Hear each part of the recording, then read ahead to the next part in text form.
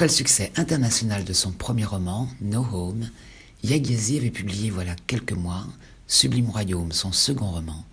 La parution en poche de ce roman, plus intimiste que le premier et tout aussi réussi, c'est l'occasion de reparler de cette romancière afro-américaine hors norme. C'est vraiment une nouvelle voie de la littérature, et notamment parce qu'elle aborde cette thématique afro-américaine, mais sans jamais tomber dans les clichés. Son analyse de ce que signifie avoir une peau noire aux États-Unis est toujours subtile, en dehors presque des sentiers battus, et du coup, elle interroge, questionne les discours très largement répandus sur la question. Ici, l'héroïne et narratrice du roman s'appelle Gifty, une afro-américaine. Dans la famille de Gifty, je demande la mère. La mère est ghanéenne, émigrée aux États-Unis pour tordre le cou au destin et promettre un meilleur avenir aux enfants. Une mère pétrie de religiosité, évangéliste, qui tue le temps à coups de prière.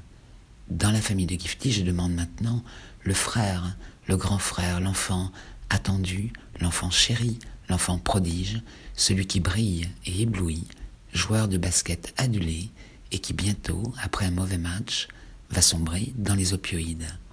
Et enfin, je demande la fille, Gifty, l'enfant qui n'était pas désiré, mais l'enfant qui réussit. Elle a abandonné la religion de l'enfance et a fait le choix de la science, brillante chercheuse en neurologie. Quand sa mère invoque Dieu, que son frère se perd dans le labyrinthe des paradis artificiels, Gifty, elle, décide de consacrer sa vie à ses souris de laboratoire. Quand la mère dépressive et dévastée débarque chez Gifty, la confrontation forcément est douloureuse et rude. Alors, flashback après flashback, nous allons découvrir pourquoi la cellule familiale a explosé, tandis que Gifty s'interroge sur cette passion pour les sciences, si éloignée des croyances de la mère. C'est un roman magistral, brillant, si intelligent, un roman qui touche le cœur aussi.